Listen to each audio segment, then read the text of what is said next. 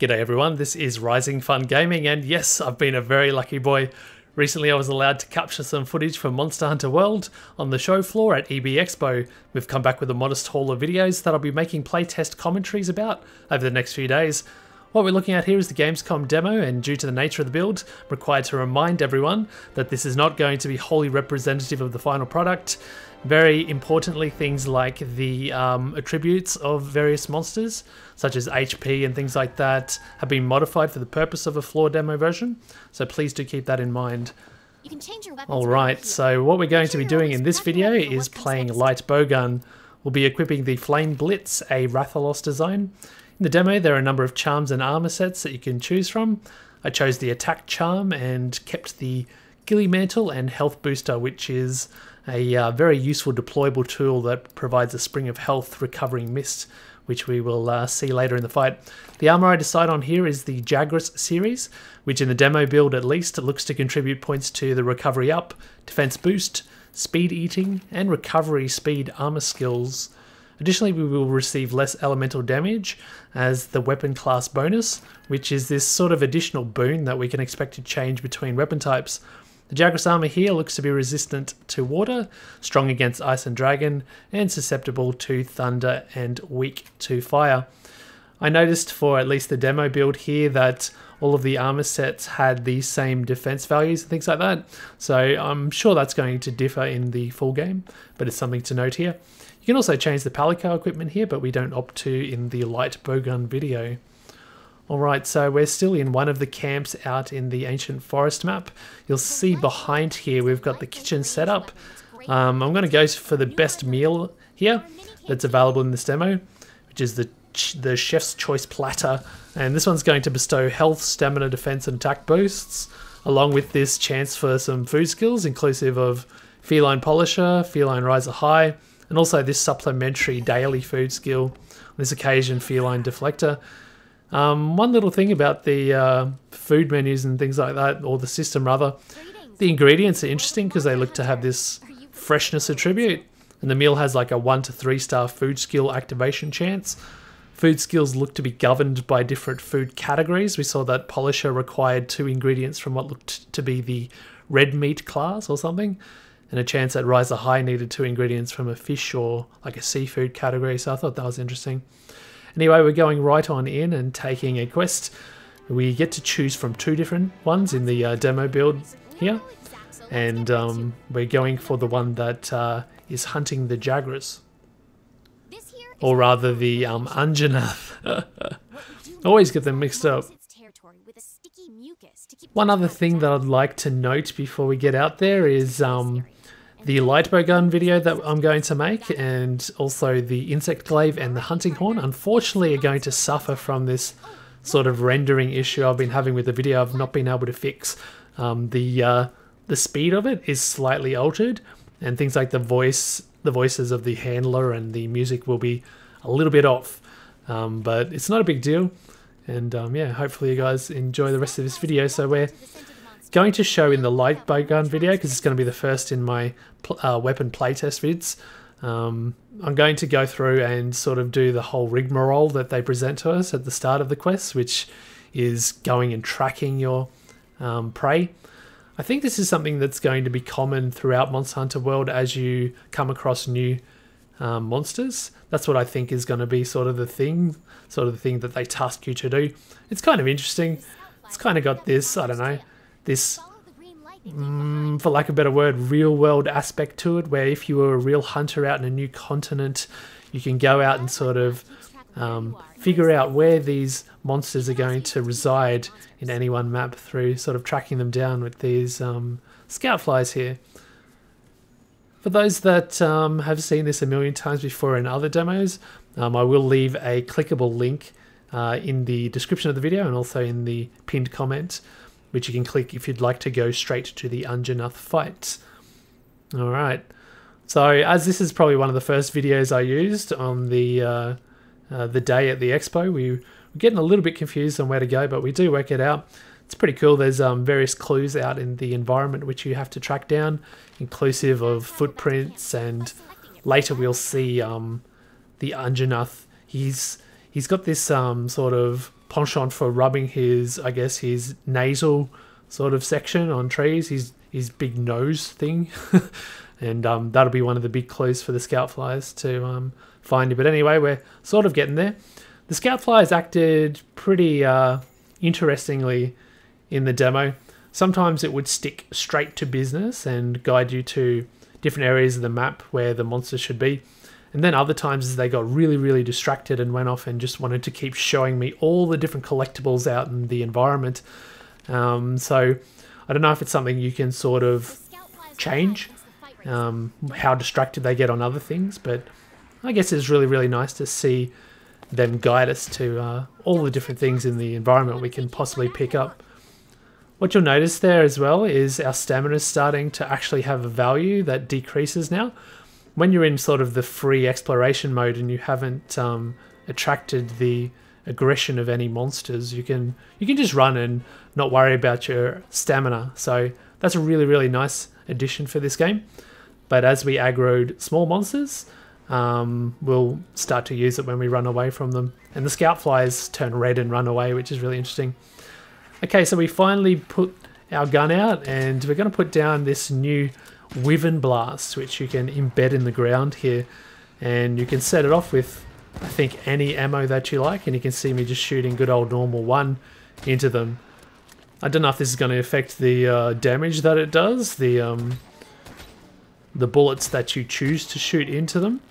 That'll be very interesting to find out later on when it actually comes out. But yeah, it's really cool. We had a little go there against the little Juggerus. I'm loving everything about just setting those little set pieces up where you can explode the little small monsters and just the sounds of detonating and stuff like that. It's really, really cool. Okay, so I think we're coming across here. Here's a big clue as to where the Unjunath is. What is it called? If you follow the scout flies to your target, Old mucus. Yeah, it rubs this mucus. It's got this very interesting sort of nasal anatomy to it, which kind of seems a little bit retractable. It goes up and down, and sort of when it flares out, I think that's indicative of it being aggressive, and it uses its enhanced sensory of that particular part of its body to aggressively chase after its quarry, inclusive of hunters. And so we finally found him. okay, you know what you have to do. Get in And from here on out, we can actually start doing some awesome fighting with the light bowgun. focus camera. I don't know why the AI chooses to sleep after he obviously saw me. It's really strange. And also the choice to lie down in its own feces. I don't understand that whatsoever, but we will go with that for now. So we're going to start with a bit of the spread ammo, which is a rebranding of pellet. Speaking of rebrandings, you'll see in the list there sticky ammo as well, which is another rebranding for your crag shot. I like that they've sort of renamed it to sticky, which it's a lot more understandable. Like, how many people that are new to the game are going to understand or be able to envision what a crag shot is? Sticky shots are a lot more understandable. So good old Unjunath can bite and sort of pin and slam you. He can do it for longer than that, I believe, but I don't know if it's to do with the demo or if I just got really lucky. He let go of me really, really fast. Not only in this video, but in some of the other ones too. Well, we're getting well and truly beat up here. You also noticed I've failed to address the fact that our Palico has befriended one of the Jagras, and he was actually fighting his own brethren before, earlier in the video. I'm sure some of you would have noticed. We put down, as I promised, as I said before, we did put down that sort of healing fountain, which is very, very useful. And you can even use it in the water there, as you can see. We're in an absolute huge amount of trouble here, so it's probably about time we put a shock trap down, and you can see it doesn't take long to put it down. Good old Unjunath was obliging us really nicely here. I think we just decide to get some slicing shot in the tail. I wonder if RFG will be good enough to get the tail with the slicing shot in his hunt. Keep tuned to find out. Now, I do believe that our little Jagras friend stays around with us for the entire fight, which is really, really cool. I was sort of worried that it might be a quick temporary sort of befriendment, if that's a word. That is not a word, I'm pretty sure it's not. But he does stick with us to the end, I believe, so that's really, really cool. Don't know if that's indicative of what they'll do in the final build, but I'd probably think that it is. Alright, trying out the paralysis ammo now. Throughout this hunt, we'll try every single shot here. I absolutely love that moment where I'm trying to stop him running away, but we actually shoot the poor old Aptonoth square in the head. Now, in terms of new stuff for the light bow gun, I'm sure there's lots of stuff that I didn't discover, but the mobility and the walking whilst firing and stuff like that is really, really cool. It's starting to feel a lot more like a third-person shooter, and it really ramps up the sort of action gameplay, which I'm a huge, huge fan of. I'm absolutely loving it. The fire effects are absolutely fantastic to look at, as are sort of like all the other elemental effects and sounds that come out. Got the paralysis finally, and we'll take this chance to sort of pepper that tail with a little bit more slicing there. There's so much to take in and commentate over here. And we've got our great Jagras friend here. He shows up on a couple of the fights actually, he's really, really annoying. So sort of the goal for these fights was to use as many items as possible, to use as many ammos as possible where applicable. Here we see another one of those environmental interactions that we can look forward to in the game. This time getting caught in like a vine net. Hey, hey, we did get the tail. And you'll see that you get these little bonus points flash up with each little achievement you do. Inclusive of part breaks and things like that. We're trying our luck with the Wyvern Blast here again, and it worked out kind of well here. We get nice and roasted there. And yeah, in this build you can definitely tell that the HP has been lowered probably quite considerably, because they want to get these people through and give everyone a chance to get a good fight in with the mons. So we'll just go ahead and run after him. It's interesting at this stage the scout flyers aren't very shy, and they're not turning red and running away. They're helping you track down the fleeing beast.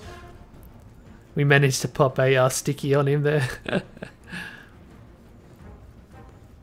Now, a reminder for those people that don't know, the damage numbers that we're seeing is something that can be turned off if that's something that you would like to do. A lot of veteran hunters would be probably wanting that. Personally, I really, really love the damage numbers. I love that feedback. I love to know what I'm doing correctly and what I'm not doing correctly, and seeing the numbers, seeing the different coloured numbers, really, really sort of confirms what I'm doing is correct. This is a very good end spot for the fight. I really like this. You've got your Jagras, I keep calling him Jagras, the Anjanath here, sleeping in the vine canopy, and there's a couple of tricky things that can happen. He can kind of send a shockwave, and you can sort of, I don't know, it sends a ripple through the vines, and it kind of staggers you. We couldn't figure out how to get up here, so we just figured out towards the end that we need our slinger, but it's hilarious that the Anjanath actually climbs down and knocks you. I love that bit of AI right there, it's fantastic.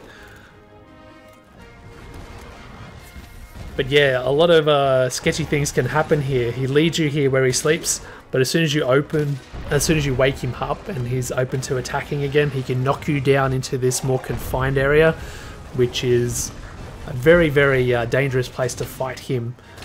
It's kind of one of the things you want to do at the start of the fight, where he is sleeping sort of in the sort of cave network there. You want to get him outside, and he obliges you really nicely. Actually, he leads you outside, much to his disadvantage, I think. But he can and will knock you down from where he's sleeping into this confined area, and it feels almost like a different fight all over again. It's gonna have to be very, very careful, especially if you're using less armor, which I believe the gunners should retain. Should still be a thing in this game. What's really cool here, we're trying to figure out the quick item use on the right stick, that sort of radial wheel that comes up. We eventually got it there. Good old hip check.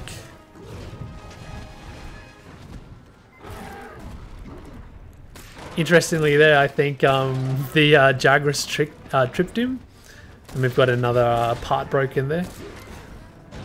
And before we know it, the fight is over.